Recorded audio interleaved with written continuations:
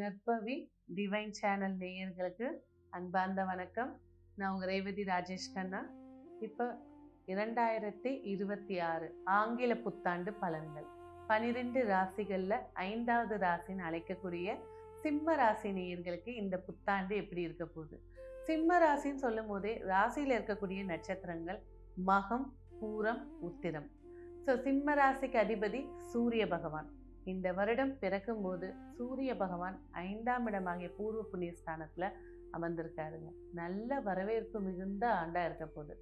So லக்ன ராசியிலே கேது இருக்கே, எப்படி நல்ல ஆண்டு இருக்கும்? ஒரே குழப்பமாக இருக்கும், ஸ்டெடி மைண்ட் இருக்காது, ஸ்ட்ரெஸ்ஃபுல்லாக இருப்பாங்க, நிறைய தடைகளை சந்திப்பாங்க, இதெல்லாம் கேட்டாச்சு. ஆனால் இந்த வருடம் கிரக நிலைகள் பொறுத்து பார்க்கும்போது கேது பகவான் இந்த ஆண்டு பிறந்ததுலேருந்து ஜூலை மாதம் வரைக்கும் சில பிரச்சனைகள் தடைகள் ஏற்படுத்தி கொடுக்கும். அதே போல் இந்த கேது பகவான் பூர நட்சத்திரத்தை கடக்கும்போது நன்மைகள் அதிகத்தையும் ஏற்படுத்தி கொடுப்பாரு. ஸோ ஒரு இப்போ சிம்மராசி இருக்கீங்க, உங்களுக்கு கேது தசை நடக்குது இல்லை ராகு தசை நடக்குதுன்னா கண்டிப்பாக திருமண யோகத்தை இந்த கிரகங்கள் அமைச்சு கொடுக்கும். இது கன்ஃபார்மாக ஜோதிட விதியில் இருக்கிறது தான். ஜாதகருக்கு அப்படின்னு சொல்லும்போது நிறைய நேர்த்தி கடைகள், நான் இந்த தெய்வத்துக்கிட்ட இது வேண்டிக்கிட்டேன், இது செஞ்சிட்டேன், இந்த அன்னதானம் போடுறது, இந்த மாதிரி விஷயங்கள், ஏதாவது பூஜைகள், அதில் இருக்கக்கூடிய நேர்த்தி கடன்களை நிறைவேற்றிட்டீங்கனாலே இந்த வருஷம் உங்களுக்கு சக்ஸஸ்ஃபுல்லான வருஷங்களாக ஏற்படுத்தி கொடுக்கும். பொருளாதாரம் அப்படின்னு பேசும்போது வரவுகள் மகிழ்ச்சி ஏற்படுத்தி கொடுக்க போது தனக்காரகன் அப்படின்னு சொல்லக்கூடிய புதன் பகவான் சிம்ம ராசிக்கு லாபஸ்தானத்தில் பரிவர்த்தனையில் உட்கார்றது, ஒரு விஷயம் நடக்குமான்னு காத்துட்டு இருக்கும்போது கடைசி நேரத்தில் ஒரு மிராக்கள் ஏற்படுத்தி சக்ஸஸ் கொடுத்துருவோம். ஒரு விஷயத்துக்கு 2 ஐடியா யூஸ் பண்ணக்கூடியவங்க சிம்மராசி நேயர்கள், அந்த 2 ஐடியாவும் பெஸ்ட்டாக இருக்கும். இந்த வருடம் நீங்கள் எடுக்கக்கூடிய விஷயங்கள், முக்கியமான பேச்சுவார்த்தைகளாக இருக்கட்டும், ஒரு பிஸ்னஸோடைய எக்ஸ்போர்ட்டாக இருக்கட்டும், இதெல்லாம் நிதானித்து பேசும்போது சக்ஸஸ்ஃபுல்லாக ஏற்படுத்தி கொடுக்கும். முதல்ல கம்பெனி வச்சுருக்கக்கூடியவங்க, ஆஃபீஸ் வச்சுருக்கக்கூடியவங்க கண்டிப்பாக ஒரு கணபதி பூஜை ஒன்று பண்ணுங்கள். இந்த கேதுவே உங்களுக்கு யோகமாக மாறி வெற்றியை ஏற்படுத்தி கொடுப்பாரு.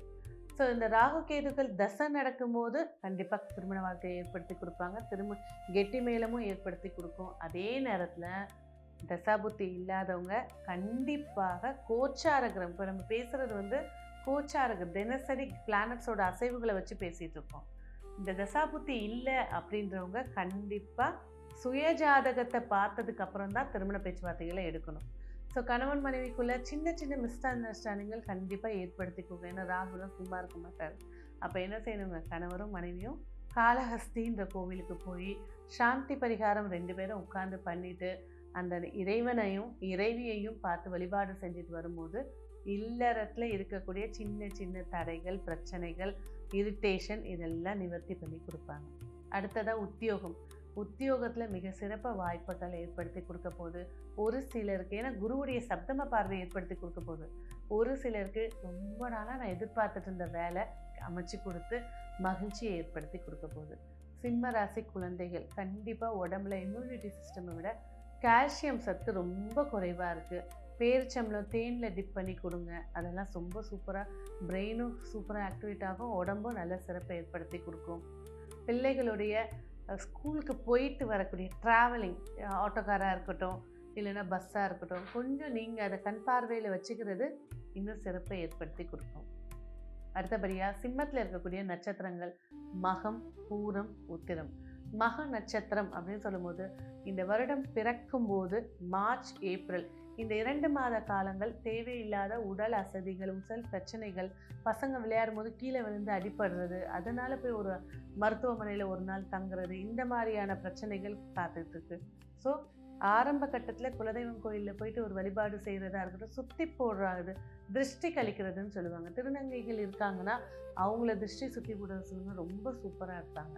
அடுத்தது பூர நட்சத்திரக்காரர்களுக்கு திருமண யோகத்தை ஏற்படுத்தி கொடுக்க போது மறைமுகமாக இருந்துட்டு வந்த எதிரிகளுடைய தொல்லைகள் நிவர்த்தி ஆக போதுங்க. உத்தர நட்சத்திரம், அதாவது உத்தர நட்சத்திரம் அப்படின்னு பேசும்போது பார்த்தீங்கன்னா, இப்போ சொத்துக்கள் பிரிக்க போகிறாங்க, உங்கள் பேரில் ஒரு சொத்தை தரப்போகிறாங்க அப்படின்னா வாயை மூடிட்டு வாங்கிக்கோங்க. இல்லை எனக்கு இப்போ வேணாம், எனக்கு இது தேவையில்லை, மற்றவங்களுக்கு கொடுங்க, நான் அப்புறமா பார்த்துக்கிறேன், அந்த மாதிரி ஒரு விஷயம் மைண்ட் ட்ராக்கை ஏற்படுத்தி கொடுக்குறோம். ஸோ உங்களுக்கு வர வேண்டிய சொத்தை கவர்மெண்ட் வாங்கிக்கிறது சிறப்பை ஏற்படுத்தி கொடுக்கும். இந்த 2026 சிம்ம ராசி நேயர்களுக்கு மேலும் வெற்றியை ஏற்படுத்தி கொடுக்க நீங்க செய்ய வேண்டிய வழிபாடு, கும்பகோணத்துல இருக்கக்கூடிய திருமீஞ்சூர் லலிதாம்பிகை அம்பாள் இருப்பா. பூங்க வளையல் மாலை வாங்கி சாத்துங்க.